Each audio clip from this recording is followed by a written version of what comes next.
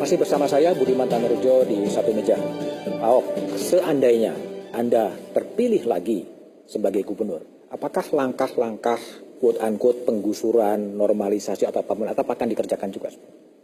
Ya kalau rusunnya siap harus dikerjakan. Karena normalisasi sungai sekarang baru mencapai 40%. 40% saja orang Jakarta sudah merasakan kalau sudah banjir, itu begitu hujan berhenti langsung surut. Nah dia masih bereskan 60%. Tapi 60% kan mesti siapkan rusun. Nah saya sudah siapkan rusun yang 36, yang ada 2 kamar. Nah saya juga instruksikan juga kalau sampai pindahkan ke rusun, tolong yang sekampung tetangga itu diizinkan 1 lantai. Supaya kalau waktu masak, cabenya habis atau bawang putih habis, minyak goreng habis, boleh minjem tetangga. Atau kalau dia mau pergi, anaknya bisa titip tetangga. Sehingga dia merasa masih sekampung. Nah, terus yang kedua, yang dagang saya bilang, kalau di rusun kan ada jalan raya. Yang tepi jalan itu jangan dipagar, dibikinin toko-toko, bilang bikinin parkiran di depannya. Supaya apa? Supaya orang yang lagi lewat, lihat ada warung-warung, ada parkiran, mampir nggak? Mampir. Jadi orang yang dagang di kampung itu harusnya kita pindahin ke dagang, bukan taruh di dalam. Nah, yang ketiga apa lagi? Kita disiapkan orang yang pindah ke rusun itu udah 6 bulan sampai 10 bulan nggak usah bayar. Supaya dia sempat bisa menyesuaikan. Kalau bus sudah nggak bayar. Maksudnya untuk biaya perawatan pun nggak usah bayar. Nah kita lagi hitung. Kalau dia nggak ada makan, kita bila perlu kasih sembako. Orang-orang tua kita kasih uang. Supaya ini kan inkubator. Ini kan saudara kita. Tapi dia tinggal di tempat yang salah. TBC begitu banyak. Keluarga sakit penyakit. Nah kita sediakan di inkubator. Konsepnya seperti itu. Satu hal lagi yang masih menjadi persoalan adalah banjir, ya, meskipun statistik dari Pak Ahok mengatakan. Ya karena baru 40% kan. Kita titik banjir itu, waktu kami masuk tuh ada 2.200-an lokasi.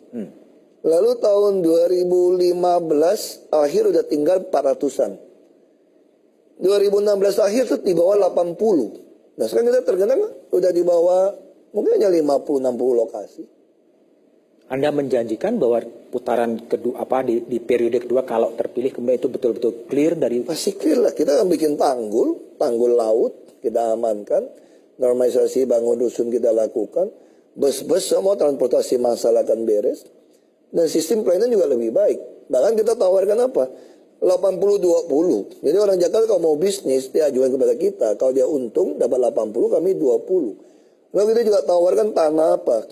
Kalau Anda punya tanah 100 meter, kita bangunin apartemen, Anda boleh dapat 2,5 kali, 250. Supaya Anda bisa punya usaha. Mana ada yang pengembang yang nawarin kayak begitu. Kita juga akan bangun banyak sekali apartemen di atas terminal dan halte bus. Supaya pekerja-pekerja muda, pasangan muda, suami istri di Jakarta yang nggak mampu beli rumah di Jakarta, dia bisa beli di pinggiran, dia bisa kos di tengah kota. Kalau dia udah mampu cicil, kita juga mau jual harga pokok. Jadi kalau misalnya apartemen kita bangun 36 habis 300 juta. Ya sudah, ada boleh cicil sekian puluh tahun, mungkin 300-150 juta. Tapi syaratnya nanti waktu mau jual, mesti yang kami tunjuk. Dengan harga yang sama. Bukan harga tahun itu, harga di NJOP yang sama. Jadi kita siapkan. Jadi anak-anak muda, pasangan muda, bukan hanya tempat tinggal, kita siapkan yang murah. Harga kos, kalau belum sanggup beli. Kita juga menyiapkan Jakarta Creative Hub itu. Kita bikin banyak nih puluhan. Selain ada Air Petra juga banyak co-working place. Co-working place nggak cukup. Mesti ada co-office space. Co-office place. Artinya apa? Kamu bisa kerjasama ketemu orang. Kita siapkan peralatan kerja. Kita siapkan paten, siapkan PT. Juga pinjamin kantor subsidi. Bahkan kita tawarin kerjasama 80-20. Nah kita harapkan dengan cara itu orang yang rajin, yang kreatif di Jakarta akan jadi pengusaha. Nah syukur-syukur dia pasangan muda, dia bisa tinggal di apartemen di atas stasiun terminal. Kalau belum mampu beli ya bayar aja harga kos. Bisa punya anak, punya pembantu gitu loh. Dia bisa beli rumah di pinggiran. Nah ini yang kita kerjakan. Sebetulnya Anda ini ya, kalau dari periode pertama dan nanti periode, Anda apa sih yang akan Anda wariskan untuk Jakarta seandainya Anda terpilih atau tidak terpilih lagi? Yang paling utama adalah budaya birokrasi. Sekarang kita sudah punya 80% birokrat yang bersyukur dengan gaji yang ada. Karena gaji paling rendah udah 13 juta. Kalau yang biasa nyolong berapa miliar mah nggak berarti 75 juta. Tapi kalau buat orang yang rajin, begitu dia naik eselon 2 dapat hampir 70 juta, dia udah senang. Nah ini sudah ada nih. Tapi kan mereka golongannya kan masih rendah. Birokrasi yang lebih baik. Golongannya lebih rendah. Kalau begitu dia naik bulan Oktober kalau kami dilantik kedua kali.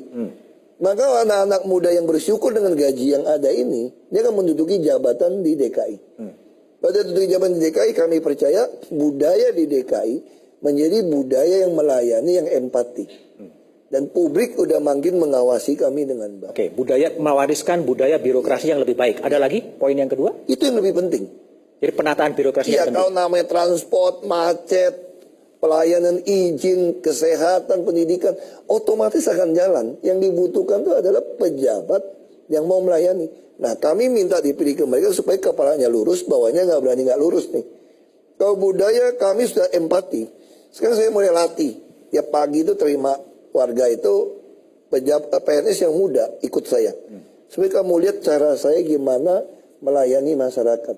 Gimana dikerjakan dengan baik. Oke. Kalau Anda kemudian tidak terpilih pada 19 April, apa yang Pak Ahok mau lakukan? Cari kerja. Kerja di mana? Ya kerja di mana? Mungkin ada perusahaan, mungkin Kompas TV mungkin. Oke. Tapi sebaliknya, kalau Anda terpilih 100 hari pertama apa yang Anda lakukan? Kita mah nggak usah 100 hari pertama. Begitu tanggal 19 April langsung terpilih, langsung tancap gas. Orang saya masih sampai Oktober kok. Anda akan merangkul kubu-kubu dari pasangan semua AHY? kita rangkul. Semua pasti kita dengarkan. Ini kan bukan kayak presiden bagi menteri. Nggak bisa bagi ini kan. Cuma ide-ide Anda silakan masukkan pada kami. Kalau bagus ya kita terima. Dalam mewujudkan impian Ahok soal Jakarta, apa sih sebenarnya tantangan yang paling berat yang Anda jadi susah untuk mengubahnya? Nggak juga. Jadi gubernur DKI nggak ada yang susah kok. Semua sudah ada jelas. Yang penting Anda punya hati melayani. Sama jangan munafik aja udah. Anda ngomong aja. Yang penting semua dibuat transparan. Korupsi harus dibersihkan dengan transparansi. Dan semua transparan, libatkan partisipasi publik. Jadi orang suka nuduh saya nggak libatkan. Saya libatkan kok. RPTRA itu dirancang dengan melibatkan partisipasi publik. Kayak rumah susun melibatkan partisipasi publik. Seperti apa pembagian. Saya cuma satu obsesi di 2018 waktu Asian Games. Orang bisa melihat di Jakarta itu MRT udah selesai. Orang bisa lihat trotoar yang lebar dari Monas sampai ke Senayan. Itu trotoar yang lebar, lampu taman yang baik, air mancur yang baik. Kota tua juga airnya udah bersih. Bus-bus juga udah bagus, standar dunia. Nah ini yang kita mau. Jadi sekarang begitu datang ke Jakarta lebih hijau, lebih segar. Ya kan? Udah penuh dengan lampu-lampu LED. Kita lagi siapkan peraturan-peraturannya. Tapi ini semua nggak akan jalan kalau tidak punya pejabat yang memang hobinya melayani. Oke, satu pertanyaan terakhir. Setelah menjadi gubernur, apakah juga Anda berpikir untuk yang lebih tinggi, menjadi menteri atau menjadi wakil presiden? Saya tidak pernah berpikir aneh-aneh. Saya hanya berpikir kalau kapan saya selesai, rakyat nggak butuhkan saya, ya saya pensiun saja. Pensiun bekerja tadi? Ya dong. Kalau dia kan kerja full, Sabtu Minggu kan penuh kita. Sabtu Minggu bawa pulang 1 koper, 2 koper untuk disposisi. Enak jadi mana sih? Enak jadi anggota DPR atau jadi gubernur? Tergantung Anda maunya apa. Kalau bisa nolong masyarakat ya jadi eksekutif. Di legislatif nggak enak. Nggak enak. Saya pernah di bupati, pernah di DPRD, pernah bupati, pernah DPR RI, pernah wagub, gubernur. Oke. Saya udah keliling nih dari bawah nih. Udah kayak pengalaman ya? Ya udah pengalaman. Oke, Pak Ahok, terima kasih sekali atas diskusinya pada malam hari ini. Senin depan saya akan mengundang pasangan calon nomor 3, Anies Baswedan. Sebagai petahana, Basuki Cahayapurnama, Jarod Saiful Hadi sudah melakukan sesuatu di ibu kota. Karya nyata sudah ada. Ada yang pro, tetapi ada juga yang kontra. Dalam politik elektoral, hal itu adalah biasa-biasa saja. Serahkanlah kepada warga Jakarta 7,1 juta untuk menyatakan pilihannya. Apakah akan meneruskan kepemimpinan Ahok atau mengalihkan kepada yang lain pada 19 April. Yang perlu dijaga adalah sebuah proses demokrasi, proses sirkulasi yang tetap damai sehingga Jakarta tetap menjadi barometer politik ibu kota. Selamat malam, sampai jumpa pada satu meja pekan depan bersama pasangan calon urut nomor 3 Anies Baswedan. Selamat malam.